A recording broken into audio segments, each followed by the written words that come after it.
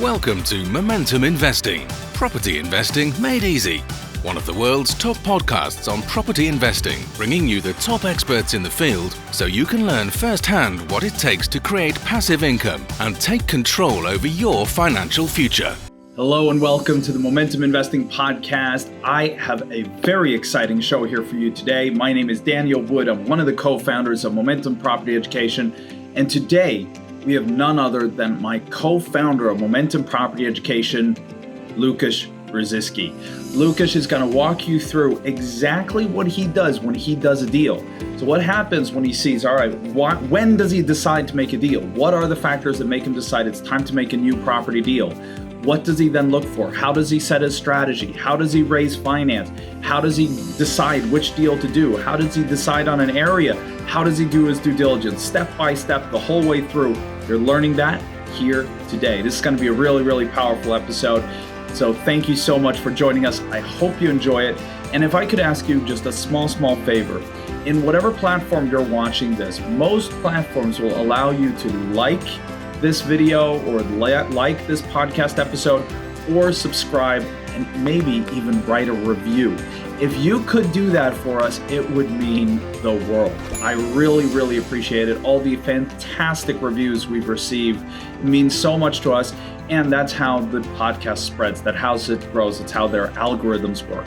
So if you could do that for us, if you're watching this on YouTube, you could comment below, just say something nice. It means the world to us. Thank you so much for being a part of our community. And now let's get into the interview with Lukasz Brzyski, how to do a property deal. Welcome to the Momentum Investing Podcast. I am honored to be here with one of my co-founders in Momentum Property Education, Lukasz Brzyski. Welcome back to the show. Thank you. Pleasure to be here again. Yes, awesome to have you. And what we're going to do today, which I think everyone listening is going to find really exciting, is we're going to follow along with your process of when you decide it's time to do another deal, what happens from that you make that decision all the way through to choosing your deal. The last time you were on the show, we talked about the project management. So this becomes a bit of a prequel to our last interview. So this will be really, really good. So let's start with the beginning. What is it that makes you decide to buy a new deal? What kind of factors come into play that tell you, all right, it's time to go out and find a deal? Well, a few reasons. Of course, one is that I have some spare cash, right? Of course, we use other people's money, but at the same time, I like keeping some skin in the game, as you say, with my deals with other investors. So first of all, well, can I afford it, right? That's the first question.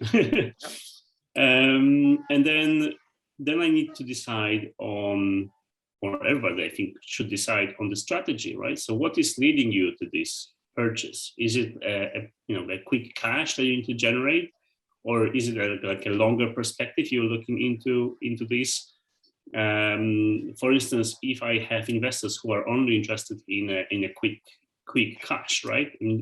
I have those investors who say like, okay, so I would like to benefit really quickly. I don't want to get into a complicated contract with you. So we might go for a rent deal, for instance, right? So we are finding the deal, we know the strategy, and we approaching sourcing agents to source rent deals. And then, we start in the regular, conversation with the sourcing agents. Before we get into the details of the sourcing agent, all right. So the first step you do is you see that, all right, I have money to deploy. I need to go out and do deals. And so the second is the money I need to deploy. What is it I need? What do I want to get out of my money? Is it quick returns? Is it to build my portfolio? Is it to get cash flow? Of course, and this is somehow related also to the strategy that my investors are looking into, right? Because if we say what I have, what money I have at my disposal, it's not only my money, it's also the money of my investors as well, right? So let's say different scenarios here. If they're looking at quick cash, you're looking for flips or rent to rent. If they're looking for more long-term income, that's when you go for the HMOs and buy to lets.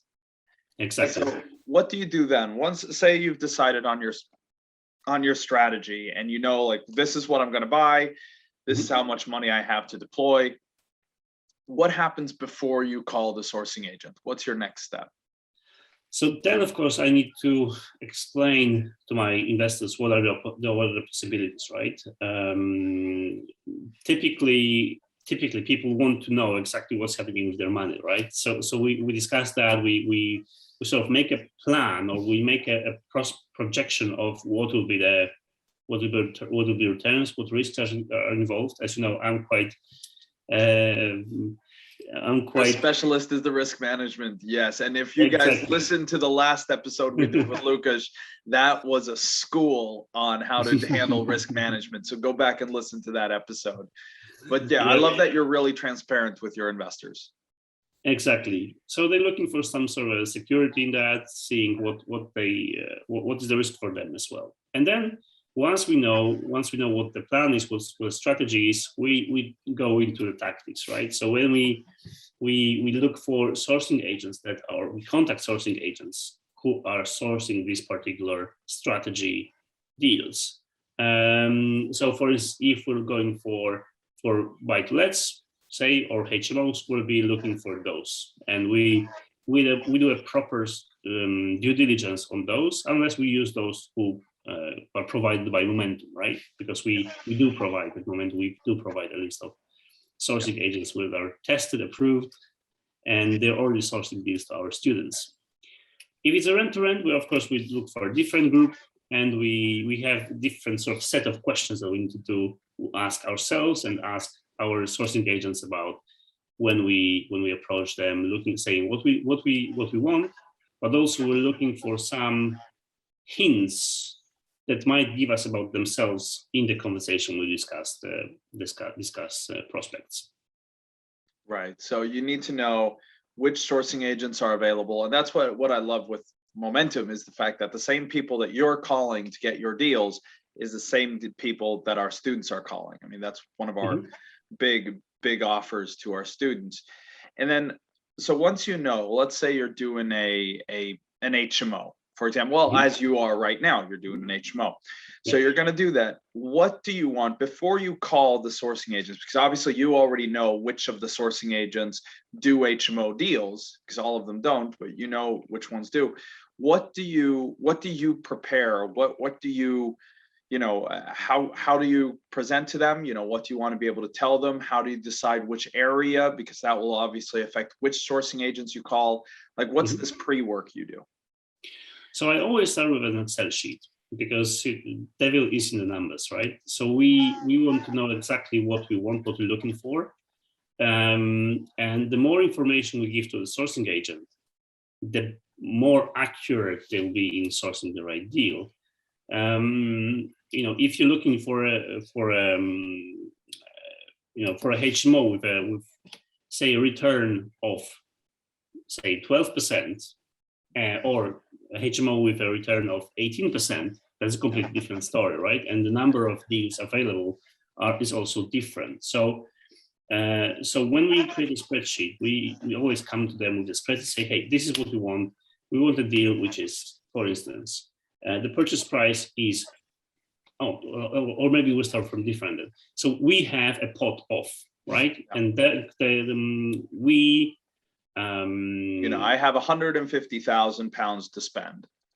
Exactly. Then I say, okay, so given that the mortgage will be around this amount, we don't have a proper offer from the mortgage broker at that point yet. But just say, okay, so we have 150 to deploy. We're looking for a return of 15% or 16%. And then we tell them, okay, we don't really care whether it is the refurbishment property or it's already done, right? We have for us, the goal is 16%. So whether you find a deal which is 60,000 to buy and 90,000 to refurbish, or the other way around, or it's 150 with everything, and it's already clean, tidy, and done and tenanted, doesn't really matter for us, right? Which is something we should have been decided when we do when we That's do a those part of your plan. prep work, is to know exactly what are you doing and how do you put a premium now, because this is where it gets a little complicated in choosing. Because it's one thing to say, yes, I want a 15% return, I have 150K to spend, go and find me a deal. But the complexity comes in where, do you add a premium if it's already fully tenanted and done? Would you accept 13% return there instead because of the lower risk? Or what if it's closer to the city center? What kind of premium do you put to that? How do you deal with that kind of hypothetical? I don't play with premiums because I think that, if it's already tenanted, then it's completely fine. I think that's a premium, for instance. I rather focus on numbers because that's my goal, right? I don't really look much on other things. Obviously, location is important, right? So location is important, but also, that's part of it. Maybe part of the due diligence of the deal itself, right? Where it is and that comes next. Obviously, that demand is there for that deal, because otherwise the numbers won't be the numbers, no matter how much you want them to be. Yeah. Of course. So really, you're looking at, how do I get my goal return on the capital that I'm deploying, and you might give a little premium if you save time and effort and risk from having to do a refurb, but really the location is more about, is there a demand, and that's more deal specific rather than strategy specific when you're working. Yeah, exactly. And then of course, when I speak to the sourcing agent, I ask them, because they know the area, right? So we ask them, okay, so do you think it's achievable? How many of such deals do you usually have available, or how often do you get such deals? Can you please send me those, like the old deals that you sourced from this sort of that quality, quality or ROI brackets, right? And also, like, we that's also part of the due diligence we do when we talk to them. But we also ask them, or I ask them, so what kind of tenants will be more or less in this kind of price bracket or ROI bracket? What kind of location? What kind of demand? What kind of areas in your area? That also gives me a hint whether they know the area, they've been sourcing in this area before. So it's a combination of you exploring to hear what is true in the area, but also you've already done your due diligence. So it's you testing them and testing your due diligence at the same time. Exactly. Yeah. Exactly right. Yep. All right. And so once you've done that, you tell them, this is my deal. This is what I'm looking for. This is what, for everyone listening here, that's what we call your hunting brief, right? It's, I have this much to deploy. This is the yield. This is the ROI. These are the returns. This is what I'm looking for. We call that your hunting brief. You give that to the sourcing agents. They all take off and start getting deals. What do you do when the deals start landing on your desk? Actually, before the deals start to landing on my desk, I asked them, as I said, I asked them for a sample, right? So give me the sample of the deal you sourced before. And that's something I am measuring my strategy against. So for instance, they give me a deal which is in this specific area, and that was the property was like 110 to buy, 110 to buy, then 40,000 to refurbish. Probably there were some extra costs like sourcing and solicitor and so on, right? So those extra costs. I take this as a sample and I send it to the mortgage broker, right, to see whether I have a mortgage available for such a deal, or what kind of mortgage conditions I have, because that will affect my ROI, right? So that's important. We know what kind of funding we have available before we actually put an offer or any deal. Right, so I'm sending them a sample and I ask them, okay, so what kind of mortgage would be available for such a deal? If it's a mortgage broker I know from before, I can tell them, yes, this is a sample, so don't take it, don't try to hunt me for a lender for this. This is just a sample. I just want to know what is available for such a deal. Or if it's somebody I don't know, I might actually play the card saying, "Hey, I'm looking at this deal. I have no idea. Just give me, just to get them a bit more, just to test them at the same time, how they treat their customers, right? We want to work with them at the same time, right? That's also important. Like we always do as you said, we mix the due diligence of the deal with the due diligence on the power team member. So we always look at both. And once I know my financing, then I come back and review the strategy. Because at that stage, it might happen that to get the ROI, I need to update my sourcing agent. Yeah. Hey, in fact, I can't really look at the deals of say 150, say 140, 160 bracket, but I rather need to look for similar rent, but maybe slightly lower price or project value bracket, right? So I need to go back, or might need to go back to the sourcing agent and update them on my requirements. Yeah. Also, some of the deals might be okay. So majority of people have quite a simple case, right? So I'm looking for this particular deal. That's the ROI I expect. But sometimes, and that comes with the mortgage broker due diligence as well. The setup might be a bit more complicated, right? So, for instance, I might look for a deal which is connected to the crowdfunding platform, which I'm actually looking at right now. So we're looking into buying a property with our Momentum partner, who is a crowdfunding platform where they fund up to 80% of the deal. Now, this is something that might affect the sale, even though there's nothing from the seller point of view that could go wrong, but there might be some objections on the other side, right? So I need to explain this concept to the sourcing agent. Hey, we have this platform. The difference is that when you're using a regular lender, you will get an agreement in principle and you can show that to the seller. While a crowdfund, they'll say, yes, we've approved the loan, but there's no guarantee that they'll actually be able to raise the money. Of course, exactly. With a regular lender, we know that just because you get an agreement in principle doesn't mean you're getting the mortgage. So in many cases, it's the exact same thing. The difference is the decision is made for a crowdfund. It's made by all the investors on the crowdfund, whilst in a regular lender, it's made by the credit committee. So it's the same effect, but it's different, and that can create a nervousness with the seller because it's different.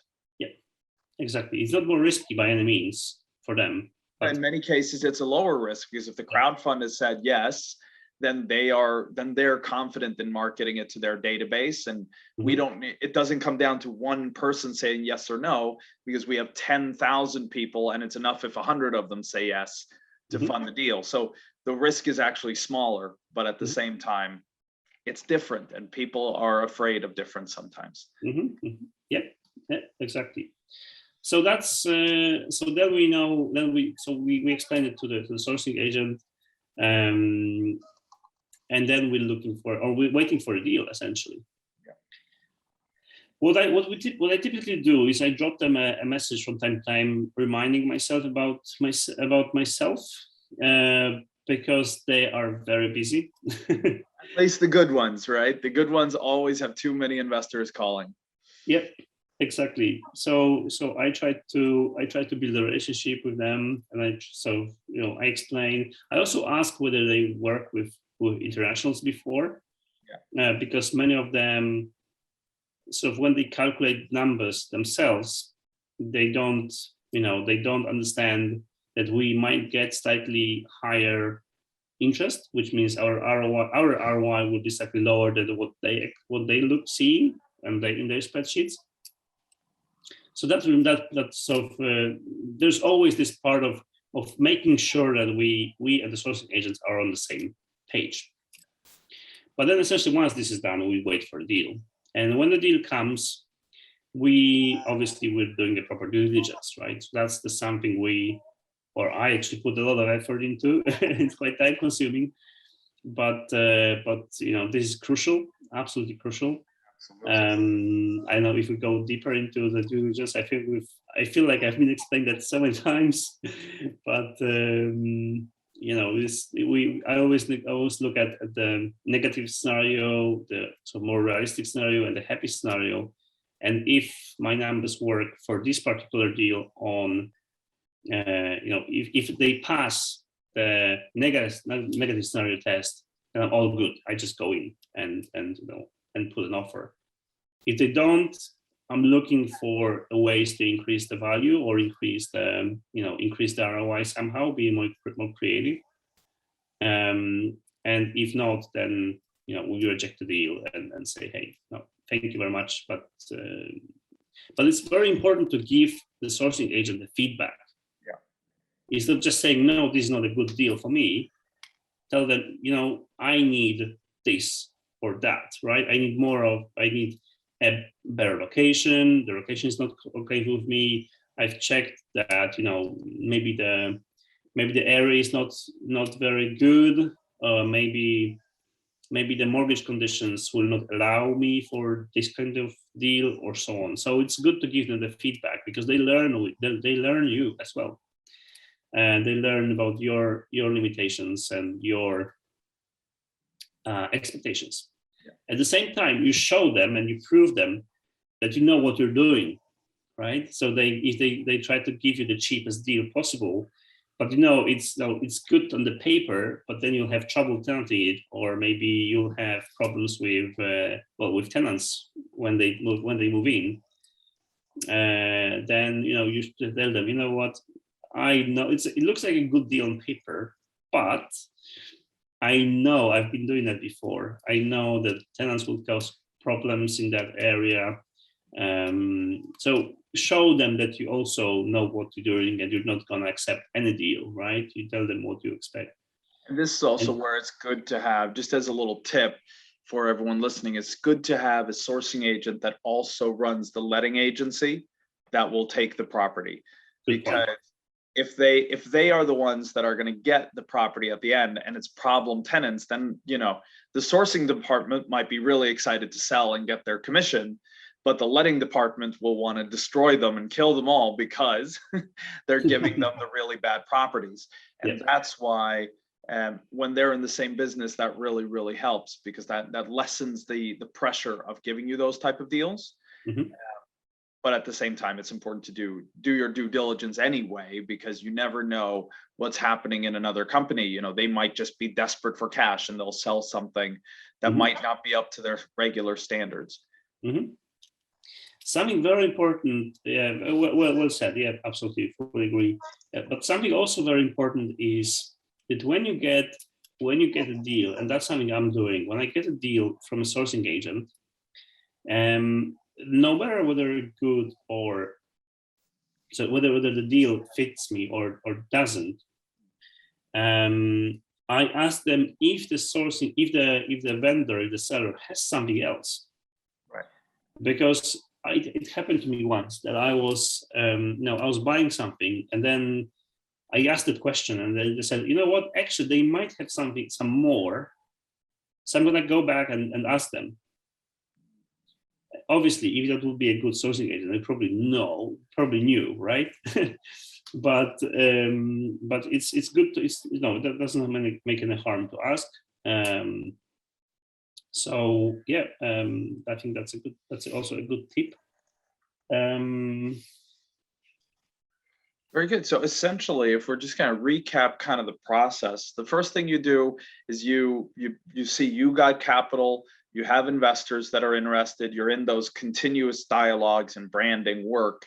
So once you see, all right, I have a pot here that I need to deploy into the market, that's when you decide with your own money, but for your own strategy, but also with your investors, like, what are we after? Quick money, long-term income, somewhere in between. And you make a decision. All right, this is our strategy. This is the return we want to get. This is where we're going. So you put together a spreadsheet with, this is exactly what we're looking for. You mm-hmm. go to the sourcing agents, you tell them, this is exactly what I'm looking for. is this doable in your area? They Mhm. say yes or no. If they say yes, you say, great. What else have you sourced before? Can you send me the examples? You take that example, you go to the mortgage broker and you say, hey, if I get this deal, can I get a mortgage on it? What will my mortgage be? When that comes back, you say, great. All right, now I know all the figures. You go back to your sourcing agents and say, yes, I'm ready. I'm in. Go find me this deal. And then they start bringing you the deals. You do your due diligence, and then go back to the last episode when you were on, and and there we walk through what happens next. Does that kind of summarize the process? Yeah, very good. Yeah, it's a very good summary. Awesome. Well, thank you so much for joining us, everyone. I hope if you need to, rewind and listen to that summary, go back and listen to certain parts, because if you get this part right, that's how easy it is to do a deal. Yes, you do some due diligence on the way, but the process itself is very easy, especially when you already have the contacts, when you have the quality sourcing agents, when you have the mortgage brokers. If you have those contacts already in place, it's just this simple to get that deal done. And then once you say yes to the deal, go back and listen to the episode that we did last time with Lukasz, where he walked through how you make sure your risks don't come then. Because it's one thing to have a deal and say, yes, I'm going to have 15% return. There's another thing to get through the refurb and on the other side say, yes, I actually do have 15% return. And that's why we're so happy to have Lukasz here on the show, because he's going to make, if you listen to what he said in this episode and last episode, you will get your 15% return. Exactly. Awesome. Thank you very much. Thank you so much. I should say, doesn't necessarily have to be 15, whatever your goal is, right? Of course. Whatever you were expecting, be it 10, be it 20, you'll get what you were after if you do as Lukasz. So thank you again for joining us. Thank you everyone for listening. I got an exciting surprise for you all listening here in a moment. So please stay tuned and I'll see you soon. Thank you so much for joining us here today. I hope you got some good value out of that. You might want to even go back and listen to this episode again with a pen and paper. Make sure you follow these steps, because this is really, really valuable. This is something that you can use to make sure that you're doing the right deals for the right reasons in the right areas with the right strategy, with the right people, with the right funding, right? There's a lot of parts to it. So if you want to go back and take some notes, it's worth doing. So thank you so much again for joining us. And thank you everyone that has been giving us reviews here. I really, really, really appreciate it. You are awesome. We got some very exciting interviews coming up. I got a lot of booked ones with really, really cool people. So we'll see which one we decide to release for you next week. So stay tuned. We have these shows coming out every single Thursday at Thursday mornings, so that you can take a look. We're on all the podcast channels and on YouTube. If you also check us out on YouTube, it's Momentum Property Education. You will see on Tuesdays we give you a finance update to let you know what's going on in the economy. And on Saturdays we will give you a passive income mastery training. So you have all that on YouTube, and you can listen to these podcast episodes on any podcast channel, be that Apple Podcasts, Google Play, or other channels. So thank you so much for joining us today. I'll see you again next week.